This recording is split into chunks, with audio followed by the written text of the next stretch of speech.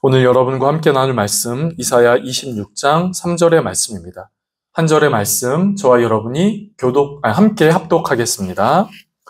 주께서 심지가 견고한 자를 평강하고 평강하도록 지키시리니 이는 그가 주를 신뢰함이니이다. 아멘. 귀한 주일 아침에 오신 여러분들을 환영하고 축복합니다. 이 시간 하나님 앞에 나온 모든 성도님들의 삶 가운데 하나님께서 주시는 은혜와 사랑이 가득하되 특별히 하나님께서만 주시는 하늘의 평안이 충만하게 되시기를 주님의 이름으로 축복합니다. 옆에 계신 분과 한번 인사하실까요? 환영하고 축복합니다.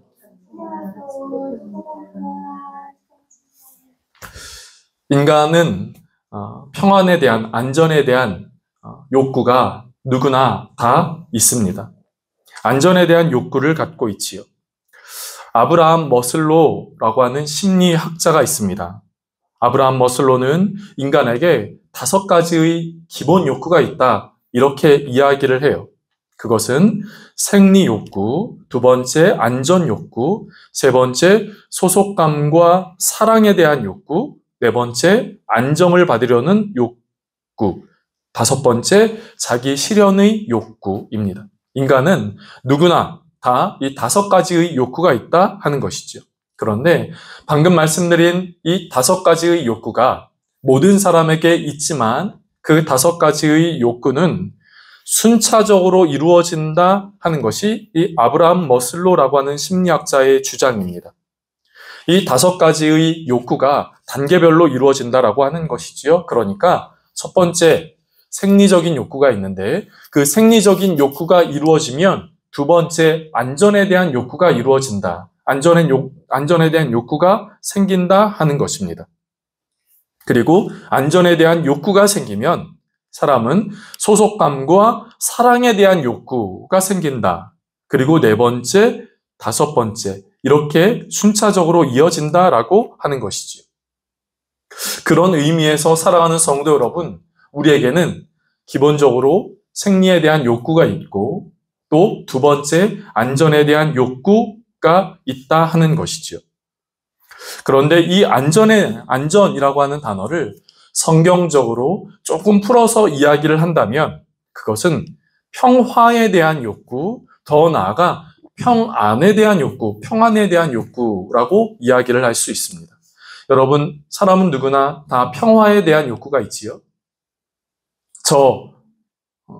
저 멀리 아직도 전쟁을 하고 있는 그 땅 가운데 그것을 바라보면서 우리는 저 전쟁이 멈추어졌으면 좋겠다. 평화가 좀 있었으면 좋겠다. 라고 그렇게 생각합니다. 여러분, 저 멀리 우리와 전혀 관계없는 나라들과의 민족들과의 전쟁에서도 우리가 저 땅에 저 민족의 평화가 있었으면 좋겠다. 라고 생각하면 우리 스스로에 대하여, 나에 대하여, 나에게도 평화가 있었으면 좋겠다. 나에게도 평안이 있었으면 좋겠다라고 우리는 얼마나 많이 생각을 하겠습니까? 무슨 일이 있을 때마다 하나님 평안을 주십시오. 평화가 있었으면 좋겠습니다. 평안이 있었으면 좋겠습니다. 라고 생각을 하지 않겠습니까? 성경은 곳곳에서 그 평화, 평안, 그것에 대하여 말해줍니다. 구약의 언어인 히브리어는 이 평안에 대하여 샬롬이라고 이야기를 하지요. 여러분, 우리가 많이 들어보셨지요? 샬롬, 그것이 히브리어로 평화, 평안에 대한 이야기입니다. 그래서 우리가 아침에든 언제든 누군가를 만났을 때 안녕하세요 라고 하는 그 인사처럼 유대인, 히브리인들은 샬롬이라고 이야기를 하는 것이죠. 나에게 평안이, 당신에게 평안이 있었으면 좋겠습니다 하는 그 인사인 것이지요.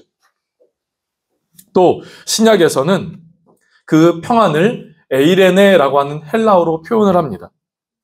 이 에이레네라고 하는 그 헬라어 이 평안은 한 90회 정도 이렇게 이 신약 성경에 언급이 되는데요.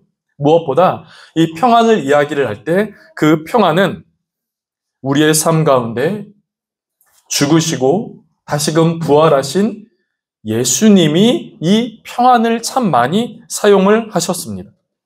그래서 이사야는 이 예수님이 어떠한 분이신가? 평강의 왕이시다 이렇게 이야기해요. 평강의 왕이시다. 또 예수님이 아기 예수로 이 땅 가운데 태어나실 때 천사들이 나타나 이 아기 예수님의 탄생에 대하여 이렇게 이야기를 하죠. 하늘에는 영광이요, 땅에는 하나님이 기뻐하신 사람들 중에 평화로다 이렇게 이야기합니다. 예수님이 평강의 주님이시고 예수님으로 인하여 평안을 얻게 된다라고 이야기를 한 것이죠. 그렇습니다. 성경은 평안에 대하여 이야기를 합니다. 평안에 대하여 이야기를 해요. 그런데 그 평안을 하나님이 주신다라고 그렇게 이야기를 합니다. 여러분, 우리는 그 평안에 대하여 이야기를 할 때 무엇인가를 소유하고 무엇인가를 얻고 갖고 우리가 무엇인가를 누렸을 때 그 평안을 얻게 된다고 생각하기 쉽습니다. 많은 것을 소유할 때, 많은 것을 가질 때 우리는 평안을 얻게 된다. 우리는 이렇게 생각하기 쉽지요. 그러나 정말 그렇습니까? 그렇다면 많이 가진 자는 조금의 불안도 없이 항상 평안하기만 해야 될 텐데 정말 그럴까요? 많은 것을 누린 사람들은 두려움이나 근심이나 걱정이 없이 항상 평안하기만 해야 될 텐데 항상 기뻐하기만 해야 될 텐데 정말 그들의 삶이 그럴까요? 그렇지 않음을 우리는 잘 알고 있습니다. 그렇기에 우리는 평화와 그 평안이 무엇인가를 많이 소유했다고 무엇인가를 많이 가졌다고 그 평안과 평화가 얻어지는 것이 아님을 알게 되지요.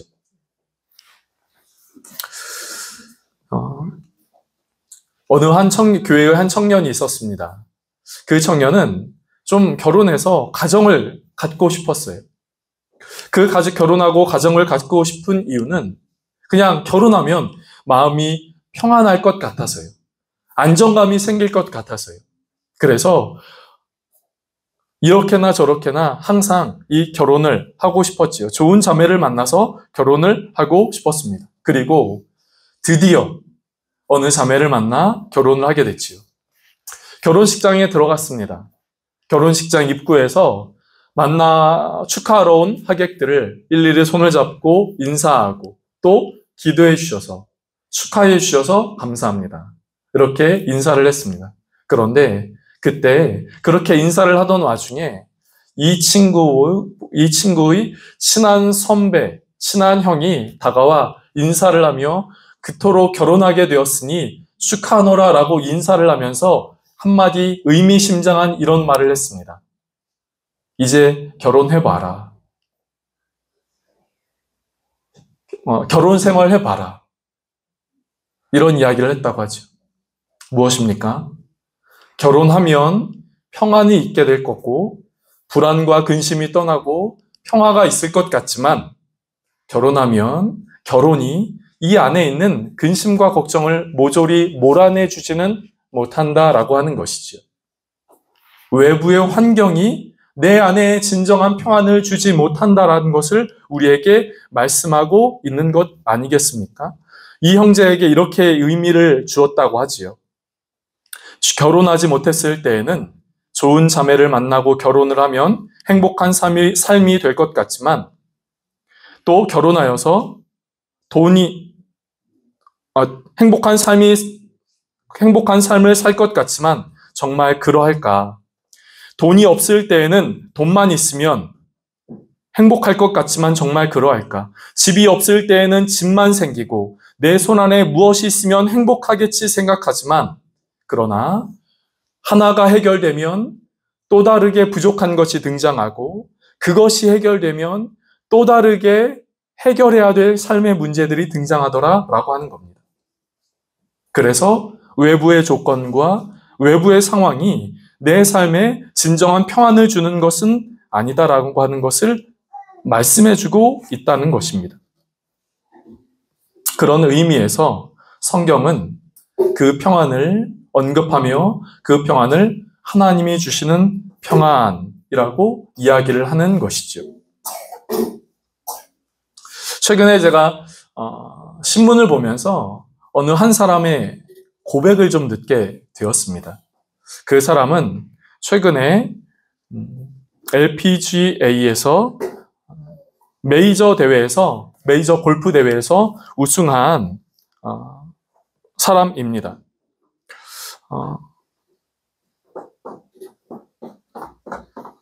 마스터스 골프 대회에서 우승을 한 사람이지요. 여러분, PGA 투어는 1년에 약 한 70회 정도가 대회가 이루어진다고 해요. 그 중에 4개의 대회가 가장 권위가 있고 가장 명예가 있고 우승하면 그 우승 상금이 가장 많은 그런 골프 대회이기도 합니다. 네. 네. 네. 여러분 주변에 많이 신경 쓰지 마시고 네. 그 대회에서 최근 우승한 한 사람은 이 사람이 이런 고백을 했다고 해요. 내가 하나님 안에서 영원히 안전하다는 것을 아는 것은 굉장히 특별한 기분입니다. 경기를 이기든 지든 상관없습니다. 내 정체성은 하나님 안에서 영원히 안전하기 때문입니다. 여러분, 이 사람이 이런 고백을 하죠. 경기를 이기든 우승하든 우승하지 못하든 내 정체성은 하나님 안에서 영원히 안전합니다.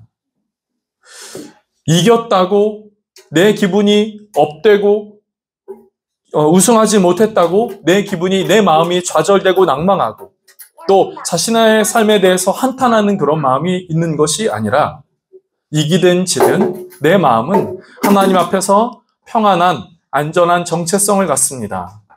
이런 마음을 고백했다라고 하는 것이죠. 여러분, 오늘 말씀을 한번 보실까요? 오늘 말씀은 이렇게 말씀하고 있습니다. 주께서 심지가 견고한 자를 평강하고 평강하도록 지키시리니. 하나님께서 평강하고 평강하도록 지키신다, 이렇게 말씀하고 있어요. 사랑하는 성도 여러분, 하나님이 주시는 평안, 하나님이 주시는 평강, 이 하나님이 주시는 평안과 평강이 저와 여러분의 삶 가운데 있게 되어지기를 간절하게 바랍니다. 평안한, 하나님이 평강하도록 우리를 지키신다라고 말씀하고 있는 것이죠.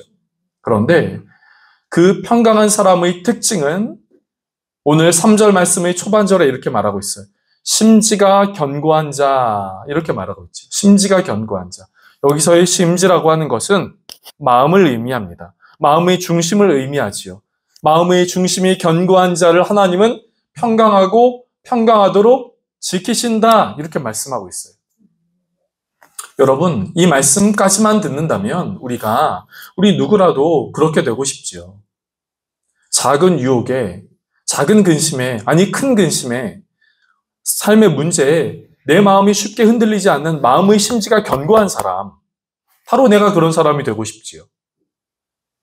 삶의 문제 앞에 흔들리지 않는 사람, 근심과 걱정이 있을 때 그 근심과 걱정으로 인하여 삶이 낙심되고 주저앉아서 어떻게 할 줄 모르겠는 그런 사람이 되는 것이 아니라 그런 상황 앞에 흔들리지 않는 마음의 심지가 견고한 사람. 사랑하는 성도 여러분, 우리는 모두 다 그런 사람이 되고 싶지 않습니까? 그런 사람이 되고 싶지요. 그런데 어떻게 해야 그런 사람이 될 수 있을까요?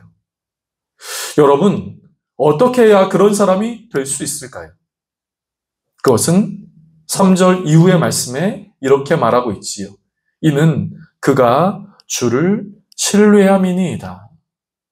사랑하는 성도 여러분, 마음이 굳세고 강하다라고 하는 것은 그가 태생적으로 마음이 굳세고 강하다라고 하는 것 그 이상입니다. 때로는 담력 훈련을 많이 하고 험한 일을 많이 겪어서 마음이 단단해졌다, 이럴 수도 있지만 성경에서 이야기하고 있는 그 마음의 견고함은 그런 것 이상입니다. 어떤 사람이 마음이 견고하고 강해질 수 있을까요? 그래서 작든 크든 나를 향하여 닥쳐오는 그 삶의 폭풍과 삶의 바람 앞에 흔들리지 않고 견고한 마음의 중심이 되는 사람, 그 사람은 누가 될 수 있을까요? 성경은 이렇게 이야기하지요. 주님을 신뢰하는 바로 그 사람이 심지가 견고한 사람이라. 그리고 그 심지가 견고한 사람이 바로 하나님이 평강하도록 지키시는 사람이다 라고 말하고 있는 것입니다. 그렇다면 사랑하는 성도 여러분, 이렇게 정리를 할 수 있습니다.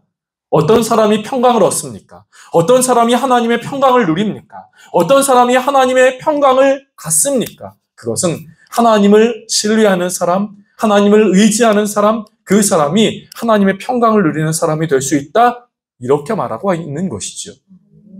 사랑하는 성도 여러분, 삶의 형편 가운데, 삶의 문제 가운데 그 문제 앞에 흔들리고 또 마음의 중심이 이리저리 하는 그 삶의 중심을 잃어버린 채 살아가는 그런 삶이 되는 것이 아니라 하나님의 평안을 갖고 마음의 중심이 견고한 그런 삶을 살아가는 은혜가 있게 되어지기를 주님의 이름으로 축복합니다. 그러기 위해서 하나님을 신뢰하고 하나님을 의지하는 바로 그 사람의 삶을 살아가는 저와 여러분, 우리 모두가 될 수 있기를 간절하게 바랍니다. 그렇다면 구체적으로 우리가 하나님을 신뢰한다는 것은 어떠한 것일까요? 우리가 하나님을 신뢰한다는 것은 어떠한 것입니까? 그것은 첫 번째, 나 자신을 의지하는 것을 내려놓는 것이다 하는 겁니다. 여러분, 하나님을 신뢰하기 위해선, 하나님을 의지하기 위해선 필요한 것이 한 가지 있습니다. 그것은 나를 신뢰하고 나를 의지하는 것을 내려놓는다는 것이죠. 믿음은 하나님도 믿고 내 힘도 믿고 하나님도 믿고 하나님도 의지하고 나도 의지하고 하는 것이 아니라 하나님을 의지하고 하나님을 믿는 것, 그것이 신앙입니다. 성경에 보면 자기 자신을 신뢰하다가 삶의 어려움을 겪은 사람, 조금 더 극단적으로 이야기하면 삶이 망한 사람이 등장합니다. 그러나 삶에 문제가 있음에도 하나님을 의지하고 신뢰하며 그 삶의 어려움을 이겨낸 사람이 등장하지요. 첫 번째, 자신을 의지하며 자신의 삶의 길을 망하도록 한 사람, 그 사람 첫 번째 사울입니다. 여러분, 사울은 이스라엘의 1대 왕이지요. 사울은 이스라엘의 왕이 된 지 2년째에 블레셋과의 전투가 있었습니다. 그때 당시 이스라엘 민족은 전투에 나가기에 앞서서 하나님 앞에 제사, 즉 예배를 드리고 그 전쟁을 나갔어요. 그런데 전쟁에 나가야 하는데, 전쟁에 나가서 블레셋 사람들과 싸워야 하는데 이 예배를, 제사를 집례해야 할 선지자가 오지 않는 겁니다. 제사장이 오지 않는 것이에요. 사울은 기다리다가 이 사무엘이 오기 전에 자기가 이 제사를 직접 드립니다. 그런데 이후 도착한 사무엘은 이런 사울을 꾸짖지요.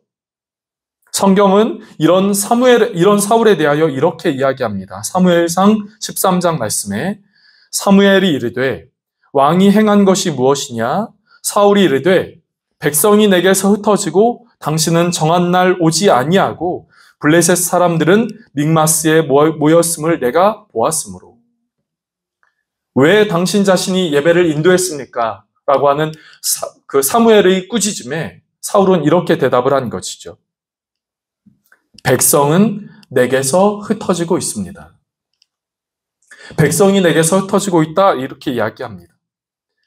사울 왕은 사람을 의지하고 사람을 자신의 마음 안에 두었어요. 그래서 전쟁의 승리와 전쟁의 패배는 내가 모은 사람, 내 품 안에 있는 사람, 나와 함께 있는 이 사람들의 명수, 이 사람들이 많고 적음에 따라 그 전쟁이 승리도 할 수 있고 패배도 할 수 있다라고 생각을 했던 것이죠. 그래서 사울은 자신 안에 있는 사람들이 흩어지고 점점 없어지자 그것이 두려웠던 것이고, 그 두려움으로 인하여 당시 하나님이 정하신 그 법, 하나님이 정하신 말씀을 어기면서까지 자신이 제사를 드리려고 했던 것이죠. 자신이 의지하고 자신이 믿고 있었던 것, 그것은 자신 안에 있었던 사람들이었습니다. 또 하나 한 번은 이런 일도 있습니다. 사울이 아말렉과 싸움을 싸우려고 합니다.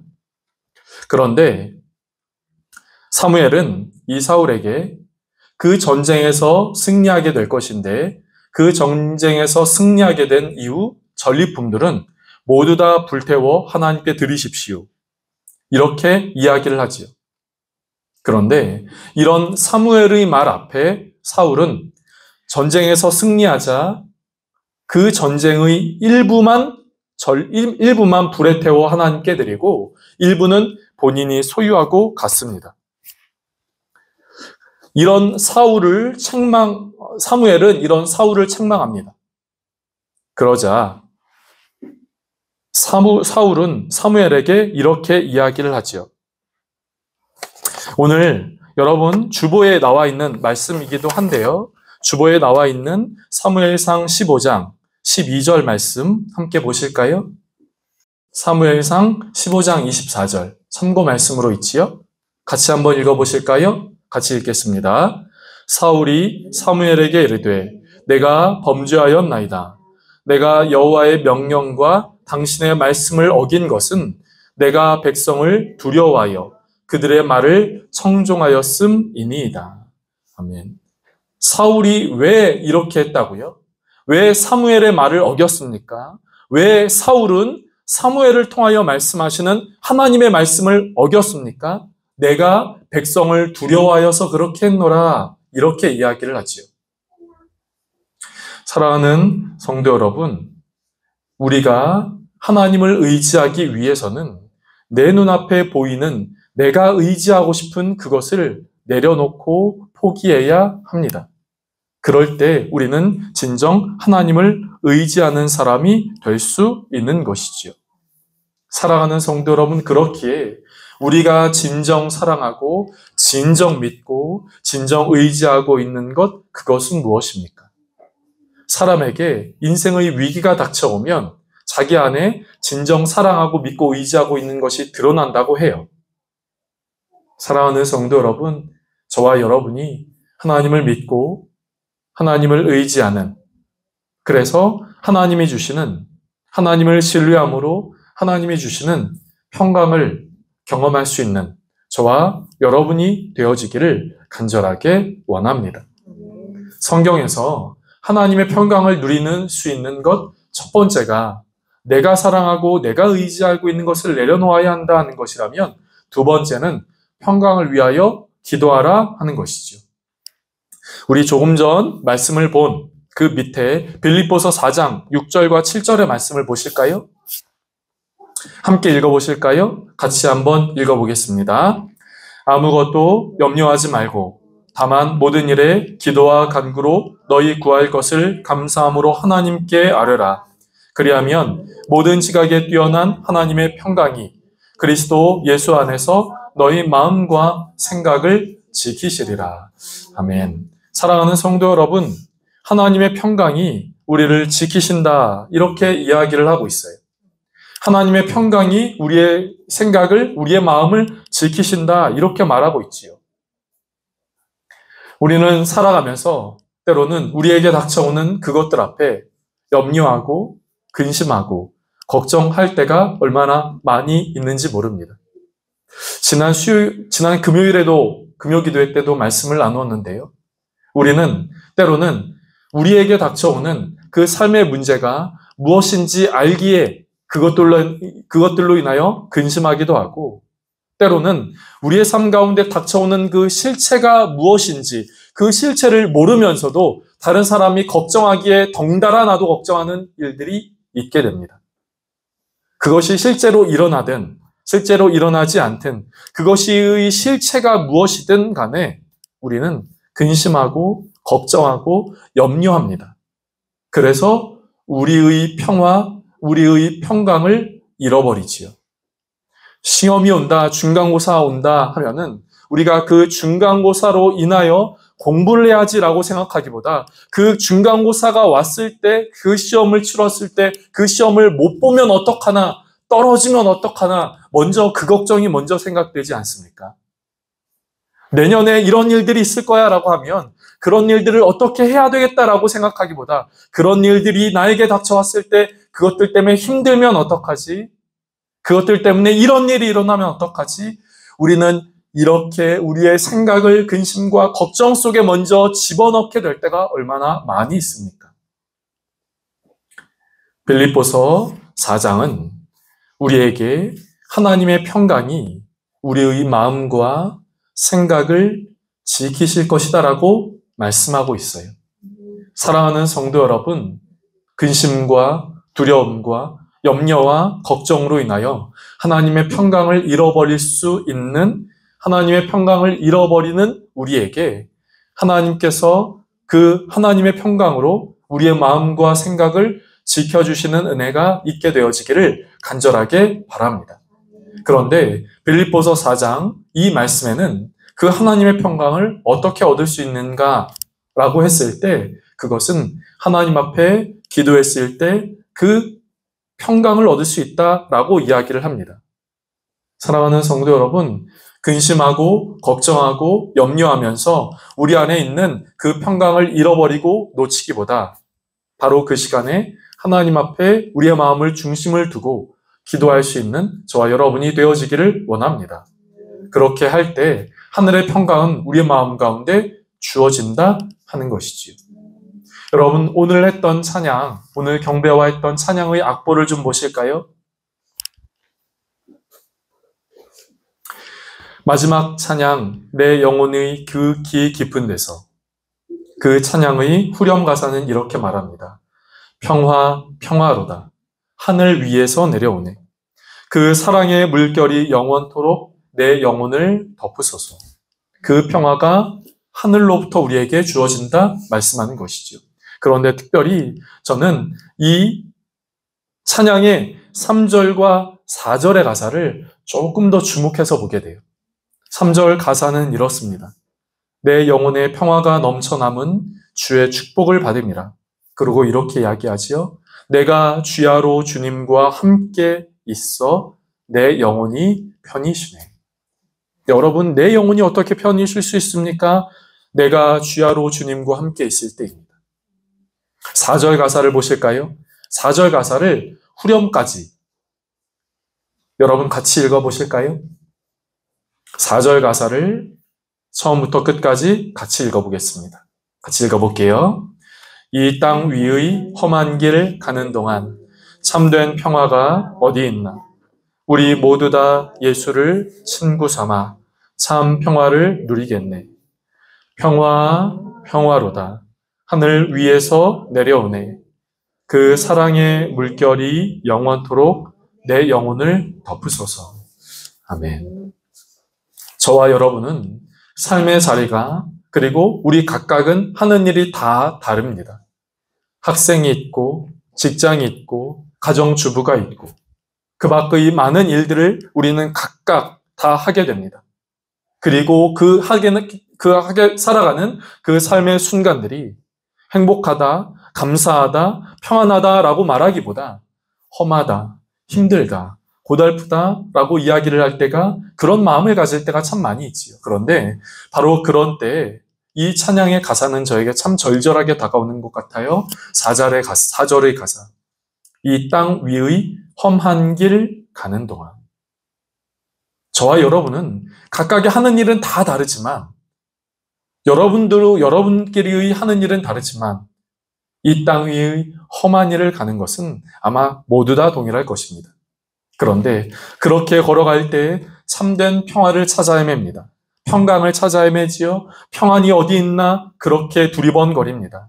그때 우리 모두 다 예수를 친구 삼아 하늘의 평안을 누리는 그 하늘의 평화가 예수와 함께 있을 때 하늘로부터 우리에게 주어진다 하는 것을 오늘 말씀을 통하여 우리에게 보여주고 있는 것이지요.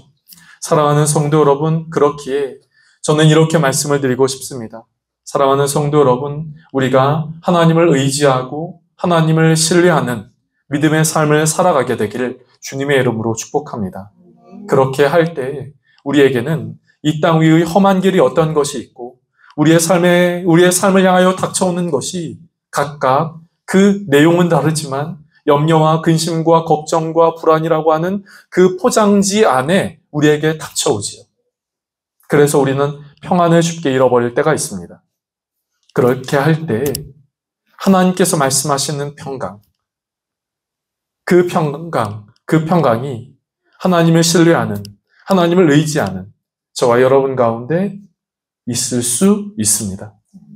여러분, 내가 의지하는 것, 내가 사랑하는 것, 내 마음의 중심을 두는 그것을 내려놓을 수 있는 제가 여러분이 될 수 있기를 원합니다. 그 마음 가운데 그것을 의지하고 그것을 사랑하기보다 하나님을 의지하고 하나님을 신뢰하고 하나님을 사랑할 수 있는 마음이 저와 여러분 가운데 있게 되어지기를 바랍니다. 그리고 기도할 수 있기를 바랍니다. 그렇게 할 때 삶의 문제가 어떠한 것이든 하늘의 평안이 저와 여러분의 마음 가운데 주어지게 될 것입니다. 그런 믿음의 삶을 사는 저와 여러분, 우리 모두가 될 수 있기를 주님의 이름으로 축복합니다.